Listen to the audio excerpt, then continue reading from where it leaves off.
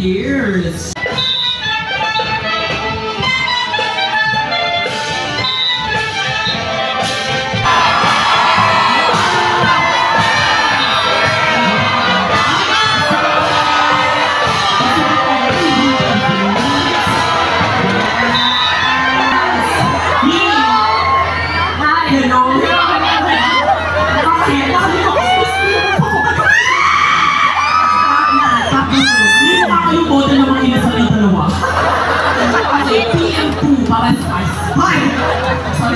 Ang liit ng mukha, paano po niya ginawa?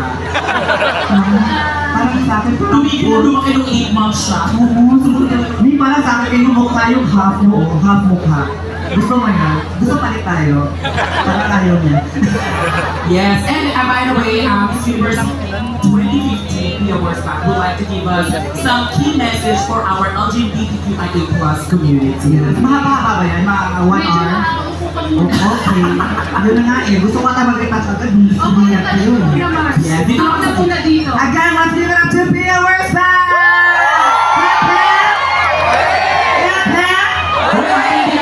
Tara na dito. Grabe pala yung pahangin dito. Kumusta kayong lahat? Magandang gabi sa inyong lahat. Happy Pride! At kayo buhay na buhay pa ang lahat. Maraming salamat sa pagpunta nyo dito. Nakikita ko ang dami pa talaga hanggang dun sa likod. Maraming salamat. Ang sayang tingnan na nagsasama-sama tayo for this June 1 kick-off ng Pride Month. I'm so proud to be an ally and I'm so proud to be here, to be with all of you. Sabi ko hindi pwedeng ma-miss ko tong araw na to. Gusto ko nandito ako, gusto ko kayong makita, gusto ko kayong makasama, gusto ko makisaya. Kaya, ayan, maraming salamat sa pagpunta niyo dito. Kahit na medyo mainit, okay lang, maganda pa rin tayong lahat. Nakita naman natin kanina, ang ating mga reigning queens, si Tara at si Chelsea. Suportahan natin sila sa journey nila. Nakakatuwang makita na dumadami na tayo, mga allies, dumadami na tayo. Marami na mga beauty queen ang mga nagiging advocate na rin ng LGBTQIA+ community. At hindi na lang ako, hindi na lang si Catriona, dumadami na kami at nakakatuwang makita yan. Hopefully, mas madalas pa natin silang makita sa iba't ibang mga initiatives ng Love Yourself. Guys, this month is all about celebration. It's all about embracing our differences. It's all about respect. It's all about love. It's about acceptance. Pero bukod sa celebration, hindi pa rin natin talaga mapagkakailan na marami pang mga challenges na pinagdadaanan ng LGBTQIA+ community. Although dito naman sa Pilipinas, napaka-open naman na natin, na-express natin ang ating mga sarili, pero meron pa rin talagang stigma, may discrimination, meron pa rin talagang mga pagsubok na kailangan natin malampasan. Lalong-lalo na doon sa mga members ng LGBTQIA+. So, bukod sa pagsa-celebrate, tuloy-tuloy tayong mag-raise ng awareness, tuloy-tuloy tayong maging supportive sa mga kapamilya at mga kaibigan natin na miyembro ng LGBTQIA+ community.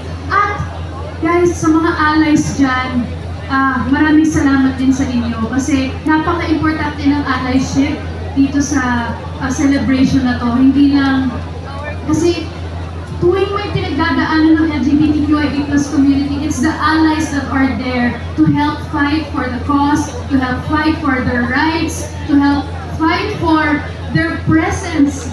So, maraming salamat din sa lahat ng mga allies at sana dumami pa tayo. You know, it doesn't take like parang a superstar or kind of an influencer para maging makabuluhan yung ginagawa mo, para maging influential ka. Nagsisimula yan sa bahay, nagsisimula sa mga kaibigan nyo, sa mga barkada nyo.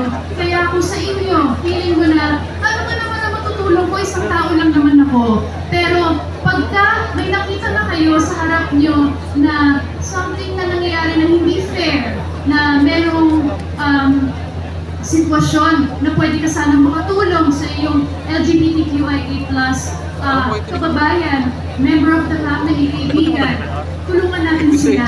Simulan natin yan sa bahay. Huwag tayong pumayag na gawin biro na gumagamit ng mga slurs. Tanggalin na natin yan, hindi na dapat yan tanggap ngayon.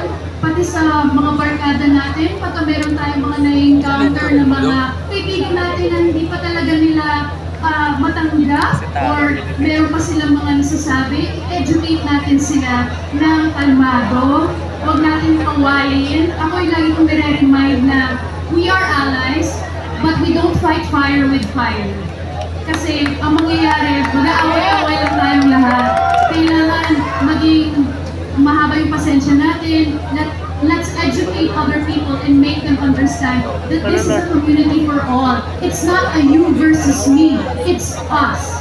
So please start at home, start with your friends. If you feel na, wala namang matutulong kung hindi, because yung tinutulungan mo na yan, lalakas ng loob niyan, at isang araw siya naman ang may matutulungang iba. Yes! So, lahat tayo dito, Yung bakla na tayong lahat. ng LGBTQIA+ community. At sana huwag natin tigilan nitong month lang na to na etong June lang tayo active. Hindi. Dapat tuloy-tuloy ito hanggang buong taon. Hanggang sa saan tayo mapunta. Lagi tayo nagkakaroon ng mga pagsubok kung paano ba matetest ang pagiging alay natin. So, ayan. Tuloy-tuloy pa rin ang suporta sa Love Yourself. Love Yourself, maraming salamat by the way for staging an event like this. Hindi madali. Hindi talaga madali. Pero maraming salamat to the group. They're not just about, the HIV and AIDS advocacy, but it's really much more broad than that. And I love that they stage events like this where we can all come together and celebrate. So, may namiss pa ba ako? Okay, promote ako. Meron din akong advocacy show sa Love Yourself. Every year namin itong ginagawa. At very soon, mag-shoot na kami ulit para in the next few months, I'll update you on my social media accounts kung kailan siya mangyayari. Pero meron kaming advocacy show kung saan pinag-uusapan namin ng mga makabuluhang mga topics, mga social issues, kasama na rin dyan ang mga pinagdadaanan ng LGBTQIA+ community at ng HIV/AIDS advocacy. So sana abangan nyo, pinapost ko yan sa YouTube at Instagram nyo. Tuloy-tuloy yung suporta. At isa pa, sorry, ang dami ko sinabi. Kasi nag-makeup na ako, sayang naman eh. So ito na, bukod sa Pride Night, meron pang mga susunod na engagements on Love Yourself. At isa doon, yung mangyayaring Love Gala this year. So ang Love Gala, isang annual charity ball ito na nangyayari para bigyan natin ng spotlight ang mga champions ng LGBTQIA+ community, yung mga champions, sila yung mga talagang may nagawang makabuluhan sa advocacy nila, at nakikinig tayo din ng mga kwento ng mga members of the community. Of course, very entertaining to. Meron din mga performances at ganyan. So, abangan niyo yung details. Pero kasi meron akong project na ginagawa ngayon at sinisimulan ko na ngayon with Love Yourself. Naisip ko kasi, sayang, next year magka 10 years na since I won Miss Universe. And minsan, pinubuksan ko yung cabinet ko sa bahay. Nakikita ko doon yung mga naka-display at mga nakatagong sash, mga nakatagong gowns, mga nakatagong mga memorabilia. Ang dami nila. Sabi ko, ano bang gagawin ko to sa mga to? Minsan, tinitingnan ko lang, kasi babalik ko rin naman sa cabinet. Sayang. Nagkaroon ako ng idea na ipa-auction to this year. So this year, ipapa-auction ko siya. At lahat ng proceeds, gagawin namin, magtatayo kami ng youth center sa Taguig. So, yun yung goal namin for next year. Medyo mahaba ito ng process, hindi madali, lalong-lalo na hindi ko ito nagagawa before.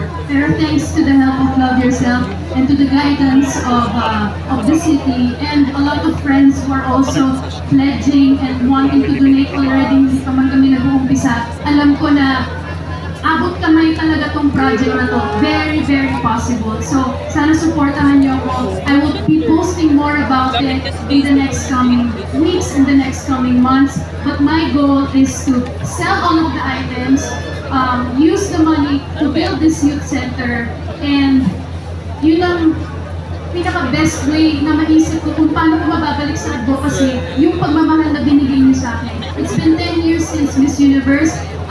These items are, syempre meron siyang sentimental value sa akin. Pero what could be better than for me to put it back into the advocacy? It would make me so happy if we could build a youth center where we help keep people alive. We help keep people happy. We're addressing the issues here in Manila, here in the Philippines. Small steps, pero makakatulong. So sana matulungan niyo ako doon. Pagka nag-post ako, please support it. Ikalat niyo, kahit i-repost niyo lang siya, i-share niyo, malaking tulong na yan. Ayan na, ang dami ko nang sinabi. Maraming salamat! Ito talaga yung favorite kong vlog eh.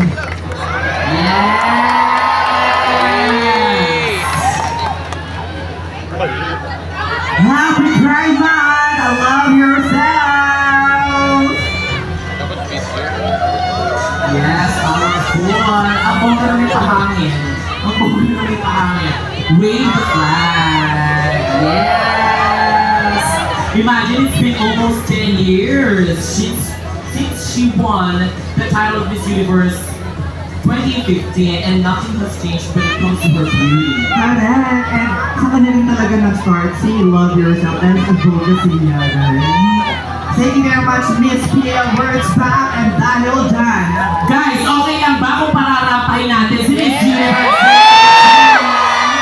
Yes, ay, syempre hindi po pwedeng hindi kasama yung friend ko. Dapat magpapa-antar din yung friend ko. Sabay daw po Sabay kayo. kami. Yes po. Okay, dito tayo. Sabay po kayo mag-a-uppercut at saka po yung tagilid. Nagsuntungan. Okay. Yes, ang model ng ating Lucky Position po. Kalamansi versus Okay, when we say go, you say go. Ladies and gentlemen, Miss Davao and Miss Universe 2015. 1, 2, 3, go.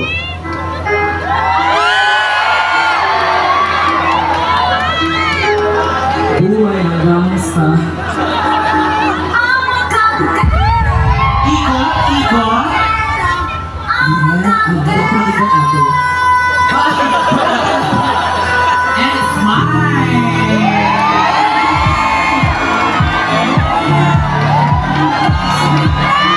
Siyempre, may kapulong ang chaser tayo dito. Ate, pinatay naman yung music. Thank you so much again, Miss Tia Worscott. Yes, of course. Dapat may picture taking tayo kay Miss Pina. Diyos ko naman. Try na yung Miss Amy, what's naman?